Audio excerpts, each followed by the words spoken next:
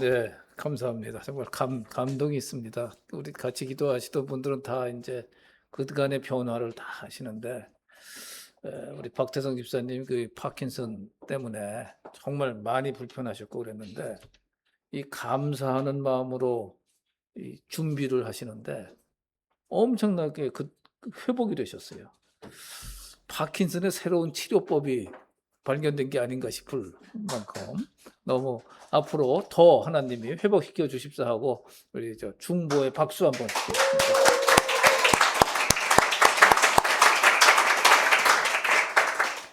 네, 오늘 하나님 주시는 말씀을 보겠습니다. 양이 많아서 잘 보이실지 모르겠지만 여기 화면이 안 보이시면은 주보 속지에 있으니까 보시고 제가 짝수절을 먼저 읽으면은 우리 회중이 홀수절을 읽는 그 교독 방식으로 하나님 말씀을 읽도록 하겠습니다. 그 지역에서 목자들이 밤에 들에서 지내며 그들의 양떼를 지키고 있었다.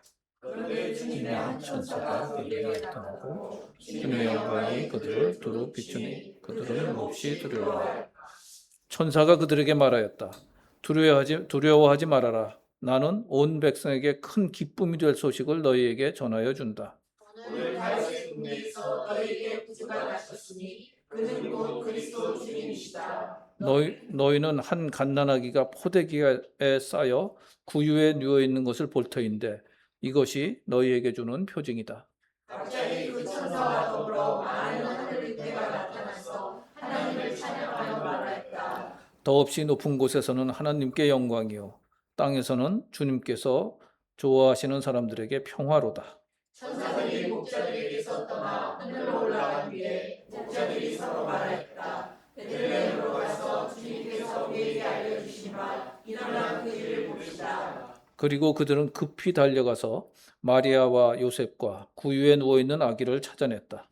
그들은 이것을 보고 나서 이 아기에 관하여 자기들이 들은 말을 사람들에게 알려주었다. 이것을 들은 사람들은 모두 목자들이 그들에게 전해준 말을 이상히 여겼다. 마리아는 이 모든 말을 고이 간직하고 마음속에 궁금이 되새겼다. 목자들은 자기들이 듣고 본 모든 일이 자기들에게 일러주신 그대로임을 알고 돌아가면서 하나님께 영광을 돌리며 그를 찬미하였다. 여드레가 차서 아기에게 할례를 행할 때 그 이름을 예수라고 하였다. 그것은 아기가 쇠되기 전에 전사가 일러준 이름이다. 아멘, 아멘. 네, 지금 성탄절 시즌도 아닌데 지속적으로 이제 주님 오신 그 성탄에 대한 설교를 이렇게 하게 됩니다. 뭐 아시는 것처럼 저희 본부교회는 강해 설교를 계속 합니다. 누가복음 설교 오늘이 이제 9번째 설교고요.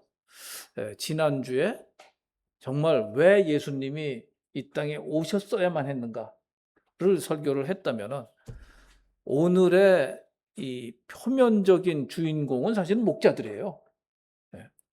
목자들이 예수님 태어나신 소식을 듣고 목자들이 쫓아가서 예수님을 찾아서 만나고 그리고 돌아가면서 사람들에게 전하고 하나님께 이 영광을 돌려드리며 찬미하고 그래서 처음부터 끝까지 주연의 역할을 목자들이 합니다. 물론 누가가 기록한 대로 예수님이 오신 것이 얼마나 중요한 일인가에 대한 그게 본질이지만 그래서 오늘 목자들을 중심으로 한번 살펴보겠습니다. 왜 목자들한테 제일 먼저 예수님을 만나고 경배하는 영광을 주셨을까? 이 부분은 잠시 기다리시면은 좀 부스러기 은혜를 다 이렇게 좀 받아 먹은 후에 그 부분을 다시 이렇게 중점적으로 말씀을 드리려고 합니다. 부스러기라고 드리는 말씀은 우리가 성경을 읽을 때 메인 메시지가 있고 거기 나타나 있는 기록들에서 받는 주변적인 은혜들이 많이 있어요. 주변적인 것들도 나에게는 굉장히 은혜가 될 때가 있어요. 꼭 핵심 메시지를 놓치면 안 되지만 주변적인 것들 보시면은 이제 이런 것들이죠. 뭐라고 표현하냐면은 10절에 온 백성에게 큰 기쁨이 될 소식이라는 표현을 해요. 이게 뭡니까? 우리가 이해하는 복음이라는 말이에요. 복음. 네. 그런데 이 복음이 누구에게 기쁜 소식이 되느냐? 믿는 자에게만 기쁜 소식이 되는 거예요. 믿지 않는 자들에게는 좀 뭐랄까 미련하다고도 얘기를 하고, 어떻게 이렇게 동화 같은 얘기를 믿냐, 신화 같은 걸 믿냐, 이렇게들도 하는 거죠. 그래서 교회의 일원이 됐다는 것, 믿음이 생겼다는 거는 이거는 상상을 못할 정도의 은혜입니다. 그리고 이제 11절에 가면은 구주가 나셨다고 그래요. 구주. 구주란 말은 헬라어로 이제 옛날 그리스어로 하면은 이게 소테르란 단어를 쓰는데, 이 소테르란 단어는 그 기본 의미가 이거예요. 하나님의 공의로운 진노, 그에 따라 심판하시는 그 두려움에서 구해낸다는 뜻이 있습니다. 그래서 구주인 거예요. 물론 우리가 이제 보통 세이비어, 나의 구원자 이렇게 말할 때도 그 부분이 본질이죠. 이 소테르라는 단어 속에 그 부분이 더 많이 들어 있습니다. 그리고 우리가 잘 아는 단어, 그리스도께서 나셨다. 그리스도는 단어 자체의 뜻은 뭐예요? 기름 부음. 주로 그 당시에 아마 올리브유를 사용했을 텐데, 기름 부음은 누구에게 했던 거죠? 왕이 되는 자들, 제사장이 되는 자들, 그 다음에 선지자 세울 때, 이럴 때 이제 하나님이 기름 부어라. 그래서 이제 기름을 부으는 거죠. 이거를 그리스도는 신약에서 헬라어 표현이고 구약에서 똑같은 의미의 표현이 뭐예요? 메시아입니다. 메시아. 그래서 그리스도란 말과 메시아는 히브리어와 헬라어의 차이일 뿐이지 똑같은 말이에요. 기름 부음 받은 자. 그래서 예수님이 궁극적으로 기름 부음 받은 자인데, 이제 다른 사람들도 기름 부음 받아서 리더 역할을 한 경우가 많았던 거죠. 주님이라는 단어가 이제 또 같은 11절에 나오는데, 주님은 역시 헬라어로 이거 좀 들어보신 분들 많으실 텐데 퀴리오스라는 단어 써요. 퀴리오스. 퀴리오스는 그 당시에 노예들이 많았잖아요. 노예들이 자기 주인을 볼 때 하는 말이에요. 그래서 우리가 예수 그리스도를 주님이라고 부른다는 것은 우리가 주님의 노예라는 얘기예요. 이거를 자꾸 그 착각을 해가지고 교계 내에서도 이상한 일들을 많이 합니다. 마치 내가 주인인 것처럼, 교회의 주인인 것처럼. 그래서 어떤 사람은 그런 얘기를 해요. 교회를 섬기는데 무슨 주인 정신이 없어. 그 굉장히 위험한 표현이에요. 교회에서는 우리는 절대 주인이 아니에요. 예수님이 주인이고, 하다못해 물건 하나하나도 그 주인은 예수님이에요. 그 교회 물건을 함부로 쓴다. 그러면 종이 주인 돈을 갖다가 마구 쓰는 거랑 똑같은 거예요. 그래서 우리는 예수 그리스도의 종이다. 목사들만 종이 아닙니다. 예수 그리스도를 소테르, 구주로 고백하는 모든 사람은 그리스도의 종이에요.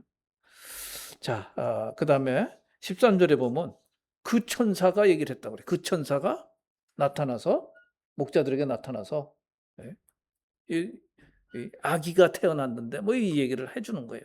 근데 그 천사가 얘기했다는 거 보면은 아마도 엘리자벳에게 이 세례 요한의 수태고지를 했던, 그리고 마리아에게 예수님의 수태고지를 했던 그 가브리엘 천사라고 보는 것이 타당하겠죠. 이 가브리엘은 메신저 역할을 하는데, 그 다음에 보면요, 이 13절에 이런 얘기가 나와요.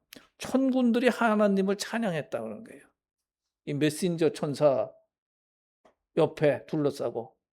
그러면은 가브리엘 천사가 천사장이라고 그러니까 이제 메인이고 더 높은 천사고, 이 천군들이 그 쫄개들 같잖아요. 이거 가톨릭에서 어떻게 정리했는지는 모르겠는데 가톨릭에서는 천사를 9단계로 이렇게 정리를 합니다. 가브리엘이나 이런 천사들은요 9단계에서 제일 밑에 단계예요. 그분들이 정리한 거는. 하나님을 찬양하는 천사들, 우리 성경 표현에 스랍이라고 하고 영어로는 이제 세라핌이라고 하는 이 천사가 9단계에서 제일 높은 천사들이에요. 그러니까 말하자면 메신저 천사는 심부름꾼이에요. 가장 높은 천사들은 하나님 곁에서 하나님을 찬양하는 자들이 가장 높은 자들이에요. 이거는 의미가 있습니다. 가톨릭이 한 게 무슨 근거로 했는지는 모르겠지만 그렇게 인식한다는 것은 의미가 있어요. 그러니까 우리에게도 가장 은혜가 되는 것은 하나님과 함께 있으면서 하나님을 찬양하는 것. 이게 지고지순 혹은 지선, 가장 아름답고 가장 높은 그런 일을 우리가 한다는 거죠.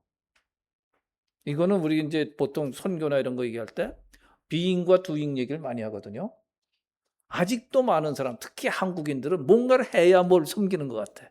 그리고 두잉 쪽으로 자꾸 열심히 하는데 마리아가 그랬던 것처럼 마르다처럼 일하는데 바쁜 게 아니라 주님 발밑에 앉아서 말씀 듣는 게 주님을 가장 기쁘시게 하는 거라는 거예요. 자, 이 부스러기를 너무 많이 먹으면 배부르니까 이제 하나만 한두 가지만 더 합시다. 우리가 이 본문에서 제일 기억 많이 하는 게 이거죠. 더없이 높은 곳에서는 하나님께 영광이요, 땅에서는 주님께서, 여기 세 번역에서는 좋아하시는 이랬지만 우리 개정개혁에서 이제 기뻐하시는 사람들 가운데 평화로다. 자, 이건 뭐 설교 많이 들으셨을 테니까 뭐 상세하게 말씀드릴 건 없겠고요. 우선 예수 그리스도를 통한 구원 계획 이 자체가 사실은 창조주께서 이 땅에 오셨다는 사실을 기억하면은 이거는 엄청난 전 우주적인 소식이에요. 이건 사실은 엄청난 변화고, 그래서 하나님께 영광을 돌려드릴 만한 가장 큰 사건이라는 거지. 그래서 하나님께 영광이에요, 이 자체가. 그리고 우리 같이 은혜로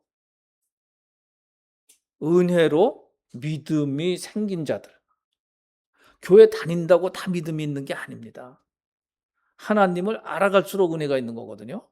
하나님을 만나고 하나님을 알아가는 자들, 이들에게는 이 사실로 말미암아 평강이 깃든다는 거예요. 이 표현에 뜨끔하신 게 정상입니다. 예수 믿는 사람도 평강 잃어버릴 때 많아요.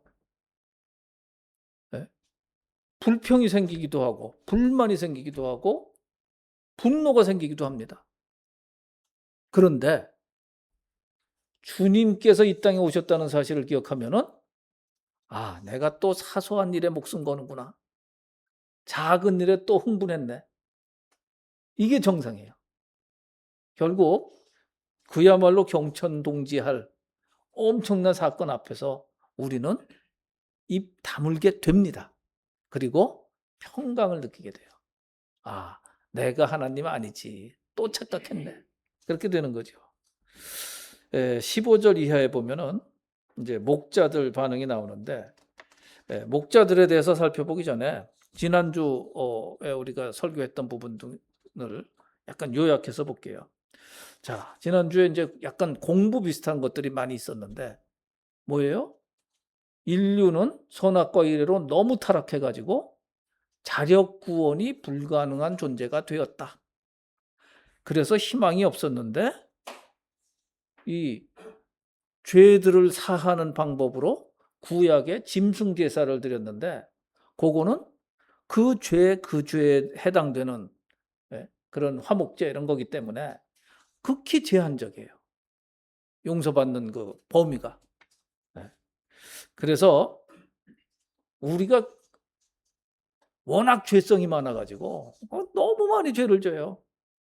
그럼 하나님 입장에서는 논리적으로는 그래요. 다 쓸어버리셔야 돼요. 다. 노아의 홍수 때 다 쓸어버리셨던 것처럼 그때보다 아마 지금 죄악이 더 많을 겁니다. 다 쓸어버려야 돼요. 그러고 또 기대를 걸고서 의인 남겨가지고 또 해보는데 또 엉터리야. 그럼 또 쓸어버려야 돼. 논리적으로 보면요, 이 노아의 심판이 반복되는 게 논리적으로 맞아요. 그런데 하나님께서는 그 영원한 사이클, 굴레 속에서 우리를 구원해 내신 거거든요. 그 방법이 최후적이고 가장 큰 방법이 예수 그리스도를 보내주신 거예요. 그래서 예수 그리스도가 인간의 몸을 입고 인간의 한계 속으로 들어오셨다가 우리 죄를 대신 지고 십자가에 돌아가심으로 우리가 그 사실을 믿고 고백하면 구원받았다라고 하나님이 인정해 주시는 정말 놀라운 사건을 이제 이렇게 허락하신 거거든요. 그래서 이 구원 계획 이 자체는 정말 좋은 소식, 기쁜 소식 중에 가장 좋은 소식이고, 그리고 사소한 거에 아까 말씀드린 것처럼 사소한 거에 목숨 걸지 말라는 거죠. 우리 저 정창익 선생님한테 꼭 들려드리고 싶은 이야기가 있는데, 그 고구마 전도왕 얘기들 아시죠? 김기동 집사님이었을 때 한참 이제 전도 많이 했는데, 이분 지금은 뭐 목사님이에요. 이분이 3사 출신이거든요. 3사 출신 장교예요. 제3사관학교. 그러니까 이분을 만나면 이제 그 동료들이 자꾸 놀리고 물어보는 거예요. 야, 임마, 너 장교잖아. 이순신 장군이 구원 받았어? 안 받았어? 이거 꼭 예수님한테 그 세금 문제 갖고 물어보는 거나 똑같이 악한 질문이에요. 구원 못 받았다고 그러면은 대한민국 모든 군인이 정말 성인으로 섬기는 이순신 장군을 갖다가 지옥 갔다고 그러는 게 되니까 군대 못 있죠. 그렇다고 주님을 배신할 수도 없고. 그랬을 때 김기동 집사죠, 그 당시에. 뭐라고 얘기를 했어요? 이순신 장군이 구원받고 못 받고가 그렇게 중요해? 네가 구원받고 못 받고가 중요한 거야. 우리가 이기적인 것 같이 들리지만 진짜 중요한 건요, 딴 게 중요한 게 아니에요. 내가 구원받냐 못 받냐가 중요한 겁니다. 1차로 내가 구원을 받아야 그걸 알고 다른 사람 손도 끌어당기는 거예요. 그러니까 나머지는 전부 소음이에요. 내가 구원받았느냐 이게 중요한 거고, 그리고 구원받고 보니까 정말 놀라운 은혜 세계로 들어온 거거든. 그러니까 다른 사람을 보면은, 자, 이 목자들 얘기를 하겠습니다. 그 목자들한테 이게 다 나오거든요. 자, 첫째, 왜 목자들에게 제일 먼저 나타나셨을까? 성경의 기록에 예수님 태어난 다음에 구유에 누이신 예수님을 방문하는 첫 번째 손님으로 목자들이 왜 선택됐을까? 목자들은요, 무슨 목자전에 양 치는 목자들인데, 저 다음 페이지 그 그림 한번 보여주세요.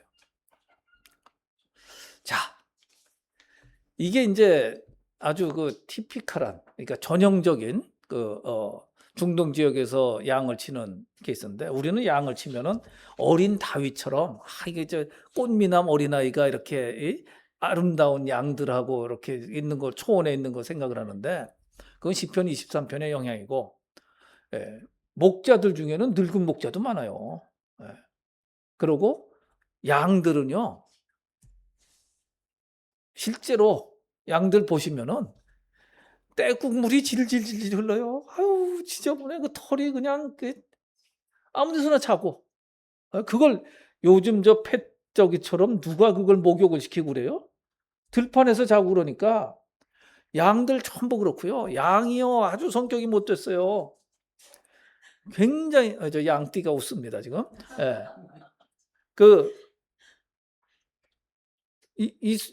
이렇대요. 뭐냐면은 한참 더운 여름이면은 옆에 가서 이렇게 붙는데, 왜냐하면 혼자 있으면 쟤 시원할까봐 시원하지 말라고 가서 이렇게 텐다는 거예요. 요거 웃으시지만 우리 중에 그런 성격 있습니다. 반면에 추울 때는 일부러 떨어진대. 너 더운 꼴을 못 봐 이러고 너 따뜻한 꼴을 못 봐. 그리고요 이 지독한 근시라는 거 아니에요 양들이. 그러니까 앞에 양 꽁무니만 따라가는 거예요. 그래서 목자가 없으면요 잘못해서 이렇게 어디 절벽이 있으면요 앞에 양 따라서 계속 절벽으로 떨어져 다 죽는다는 거예요. 목자가 없으면은 우리는 죽음의 길을 갑니다. 이 근시안적인 우리들은. 그래서 주의 지팡이와 막대기가 나를 안위하시나이다. 그 지팡이와 막대기로 얻어맞지 않으면 우린 죽어요. 목자는 그럼 어떠냐? 다윗이 8번째 아들인데 그 왕으로 이렇게 뽑을 때 그 아버지가 부르지도 않아. 어찌 보면요. 이 버림받은 가난하고 천하고 그리고 양들이랑 같이 자고 들판에서 뭐 몇 달씩도 자고 그래요. 그러니까 랍비도 그랬다고 그러는데 목자가 가까이 오면 냄새 나는 거예요. 목욕을 100일 뭐 200일을 못 해요. 목욕도. 그리고 양 짐승이랑 같이 자는 거예요. 그리고 뭐 배운 것도 없고.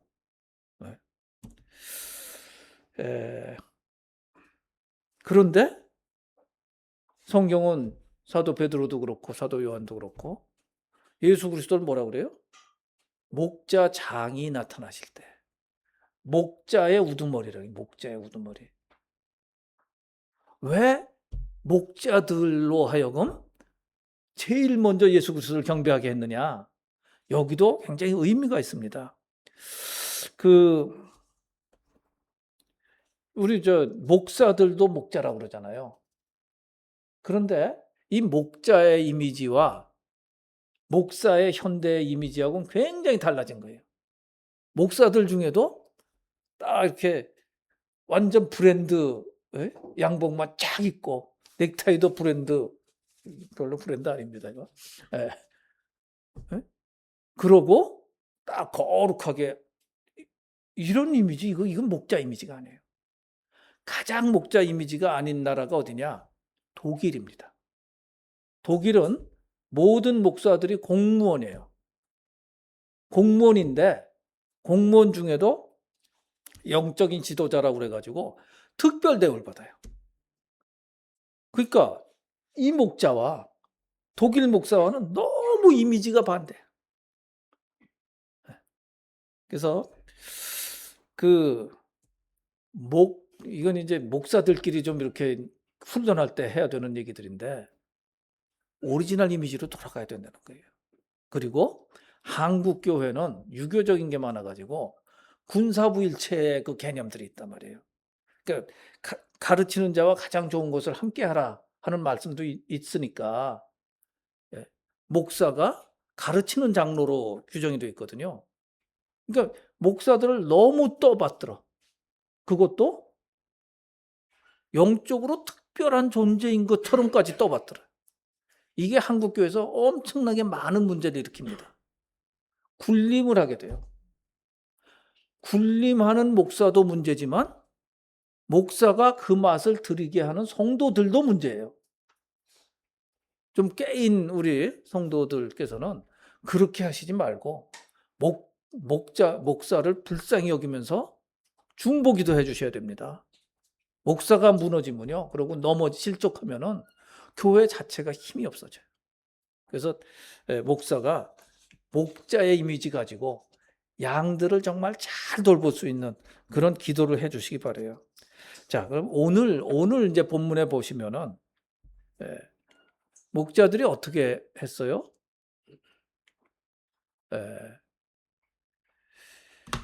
시편 23편을 좀 보면서 합시다. 다윗이 노래를 해요. 나는 양이야. 나는 근시 아니고 바보야. 하나님이 나의 목자야. 그래서 부족함이 없어. 푸른 풀밭이 뭡니까? 우리로 말하면 음식 위에 탁 누워 있는 거나 똑같은 거예요. 양들한테 풀이 없으면 양은 죽는 거고 풀이 무정한 풀밭에 글로 인도해 주시고, 그리고 물이 없으면 또 큰일 나거든. 그래서 안식할 수 있게 물도 실컷 먹고 풀도 실컷 먹고, 그러면서 여호와께서는 양들, 이 무식한 우리 심령에 영혼을 소생시켜 주신다는 거죠. 그리고 우리를 의의 길로 인도하시는데, 우리가 의롭고 잘나서가 아니라 여호와께서 자신의 이름을 위해서 하신다는 거예요.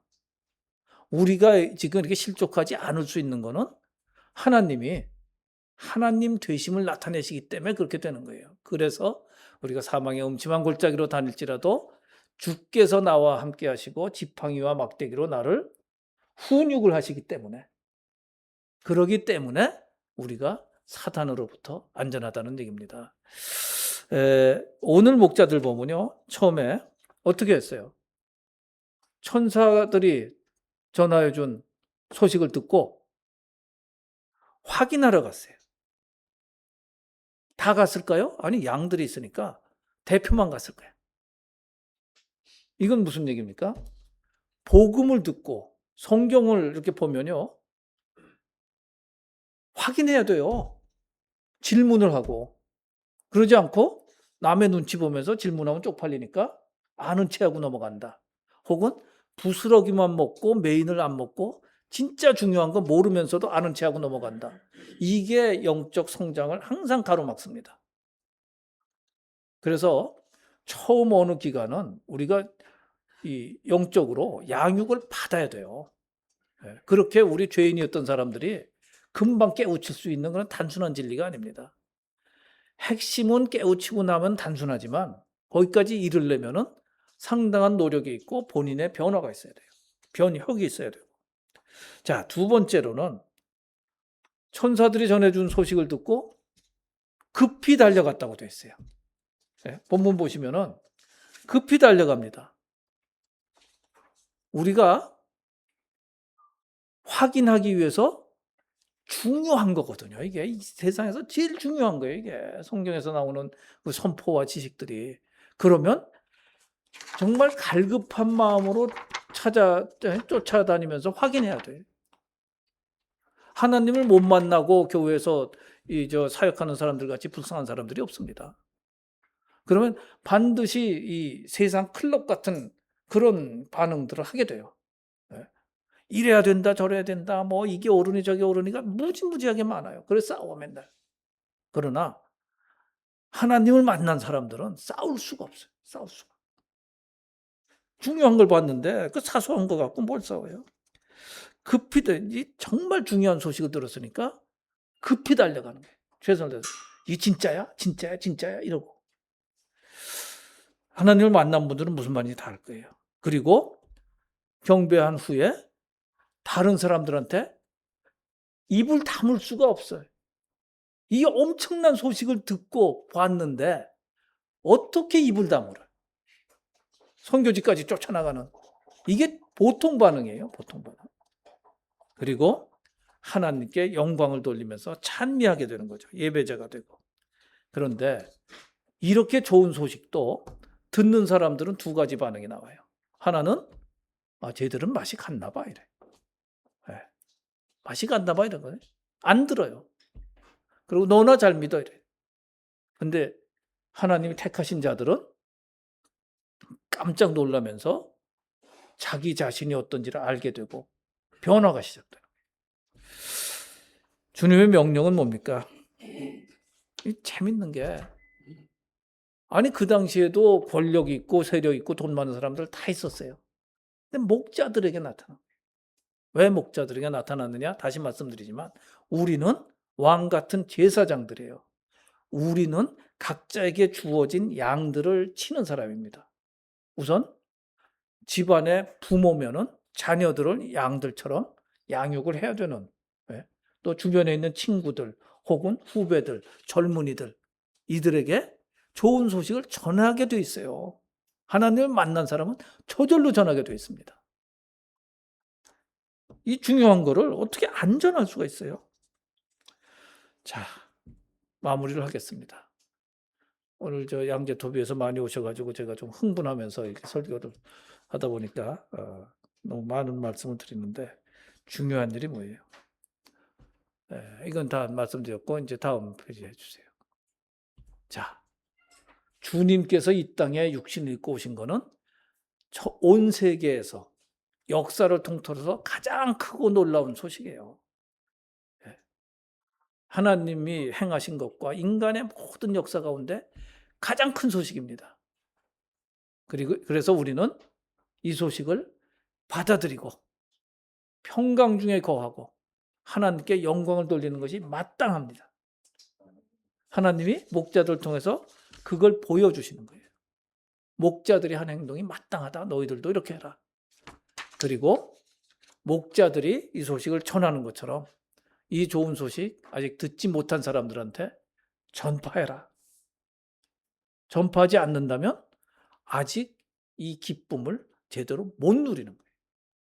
이 자리에 우리 함께 예배드리는 모든 분들이 정말 이 놀라운 소식, 이 기쁜 소식에 깜짝 놀라고 감격해서 입을 다물 수 없는 그런 분들이 다 되시기를 예수 그리스도 이름으로 축원합니다. 아멘. 기도하겠습니다.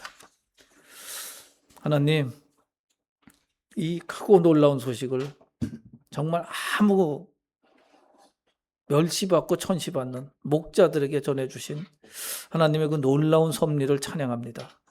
저희들도 아무것도 아닌 존재들이었지만 그리스도로 인하여 하나님 고상함이 무엇인지 알게 되었습니다. 이 기쁜 소식을 정말 모르는 자들에게 온전히 전하기를 원합니다. 성령님 우리와 함께 하시며 우리의 힘이 되시고 우리 입술의 능력이 되어 주시옵소서. 예수님 이름으로 감사하며 기도하였사옵나이다. 아멘. 네, 이 시간